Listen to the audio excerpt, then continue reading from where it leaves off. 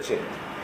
এবার প্রথমজন, আমি এত বছর এই কাজ করেছি, কোনোদিন ভয় ডর লাগেনি, কিন্তু এখন এটাতে বিবেকে লাগছে, করাটা কি ঠিক হবে? ওরা তো লোকের জীবন বাঁচায়। অর্থাৎ একজন বলছে যে আমি এত বছর এই কাজ করেছি, কোনোদিন ভয় ডর লাগেনি, কিন্তু এখন এটাতে বিবেকে লাগছে, করাটা কি ঠিক হবে? ওরা তো লোকের জীবন বাঁচায়।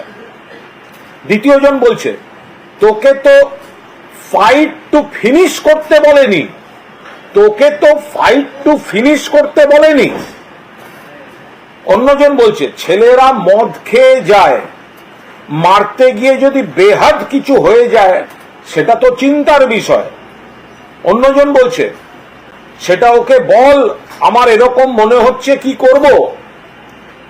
অন্যজন বলছেন, বাপ্পাদাকে পার্সোনালি জিজ্ঞাসা করেছিলাম, বাপ্পাদাকে পার্সোনালি জিজ্ঞাসা করেছিলাম, বাপ্পাদা বলল জানোয়ার হয়ে যায়নি এখনো। অর্থাৎ বাপ্পাদা নামক ব্যক্তি যেই হোক, সে বলছে এখনো জানোয়ার হয়ে যায়নি, অর্থাৎ এই প্লটটার মধ্যে থাকতে চাইল না, অথচ একটা নির্দেশ আসছে হামলা করো। আর একজন বলল ওই মতো করেই কর। আর একজন দাদু বলছে, কেউ একটা নাম আছে যাকে ওরা দাদু বলে ডাকে, দাদু বলছে নবান্নতে মিটিং হয়নি, ওরা তো ফেরত চলে আসবে সল্ট লেকে, ভাববে শাসকরা মাঠটা মেরেছে।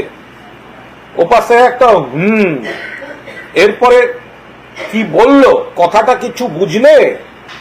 বললো হ্যাঁ বুঝেছি। প্রথমজন বলছেন, বলেছে পুরো দোষটা দিয়ে আরো অশান্তিটা পাকানো যাবে, কিন্তু কলকাতার কাউকে নয়, বাইরের লোক। ঠিক আছে, দেখছি, ওরা তো ওখান থেকে প্রেস কনফারেন্স করছে, আমরা দেখছি কন্টিনিউ। কি করব? মাথা ফাটানোটা কি ঠিক হবে? উত্তর আসছে, দেখ, খানিকটা যদি কিছু করা যায়, খানিকটা হলেও কি ব্যাপারটা থাকবে যে ওরাই এটা করালো। অন্যজন বলছে দেখছি।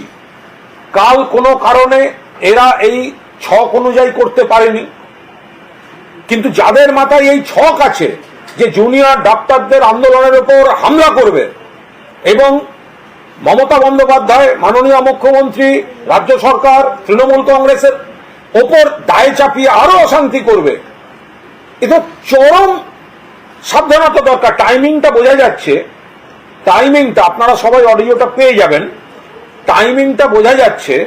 বলছে ঠিক আছে, দেখছি, ওরা তো এখন প্রেস কনফারেন্স করছে, আমরা টিভি দেখছি কন্টিনিউ। অর্থাৎ নবান্নে বৈঠক হয়নি, প্রেসে জুনিয়র ডাক্তারদের প্রতিনিধিরা কিছু বলছেন, সেই সময়ই এই কথোপকথনটা হয়েছে, যেটা আমরা ওদের সূত্র থেকেই পাচ্ছি।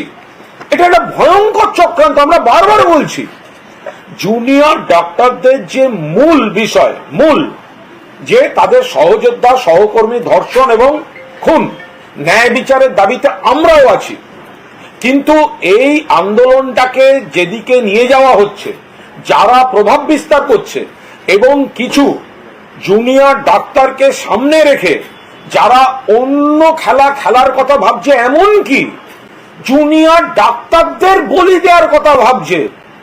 আজকে যদি রাত্রেবেলা হামলা হয়, আজকে কোনো সময় যদি হামলা হয়, তো সবাই ভাববে কালকে বৈঠক সাকসেসফুল হয়নি বলে শাসক দল বা তৃণমূল কংগ্রেস এসবে থাকছে।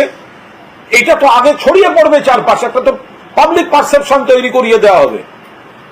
আমরা পুলিশ প্রশাসনকে অনুরোধ করব, জুনিয়র ডক্টরদের তাদের আন্দোলন এবং আন্দোলনের সঙ্গে সরকারের কি কথোপকথন, তার মধ্যে আমি এই সময়টায় যাচ্ছি না, সেটা অন্য পার্ট।